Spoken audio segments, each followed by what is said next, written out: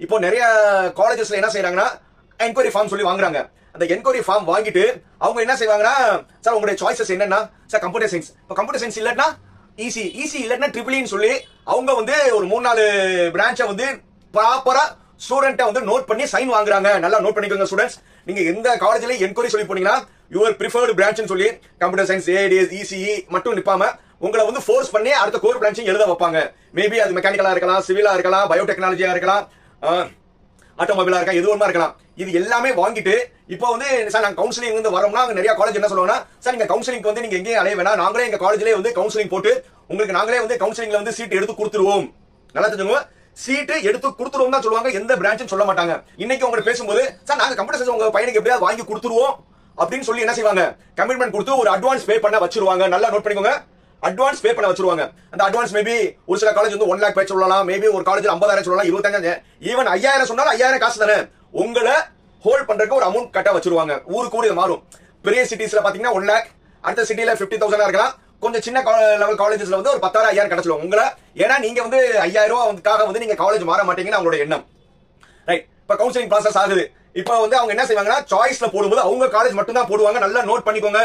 நீங்க ஒரு காலேஜ்ல போய் நீங்க வந்து கவுன்சிலிங் வந்து ரெஜிஸ்ட்ரேஷன் பண்ணீங்கன்னா அவங்களுடைய காலேஜ் மட்டும் தான் போடுவாங்க. அவங்க காலேஜ்ல ஏடிஎஸ், அவங்க காலேஜ்ல கம்ப்யூட்டர் சயின்ஸ், அவங்க காலேஜ்ல ஐடி, அவங்க காலேஜ் ஆட்டோமொபைல், அவங்க காலேஜ்ல பயோடெக்னாலஜி, அவங்க காலேஜ்ல மெக்கானிக்கல் சிவில், இது ஏதாவது ஒண்ணு கிடைச்சிரும்ல. ஆனா வந்து இப்ப நீங்க கம்ப்யூட்டர், ஆனா உங்ககிட்ட இன்னைக்கு கமிட்மெண்ட் கொடுக்குறது கம்ப்யூட்டர் சயின்ஸ் ஏடிஎஸ்க்கு. ஆனா கவுன்சிலிங்ல வந்து உங்களுக்கு மெக்கானிக்கல் சிவில் கிடைச்சிச்சா, சார் நாங்க எவ்வளவு ட்ரை பண்ணோம், ஆனா உங்க மார்க்குக்கு முன்னாடி மத்தவங்க மார்க் எடுத்தாங்க, சாரி சார், சோ அதனால மெக்கானிக்கல் சிவில் பண்ணீங்க, அதுலயே நாங்க வேலை வாங்கி கொடுத்துருவோம்னு உங்களை அந்த இடத்துல மண்டையை கழுவுவாங்க. ஏன்னா நீங்க வந்து இல்ல அப்ப வந்து இல்லன்னு சொல்ல முடியாது. ஏன்னா நம்ம கவுன்சிலிங் ப்ராசஸ் வந்து நீங்க வந்து 140 3 ரவுண்ட்ல வருவீங்க.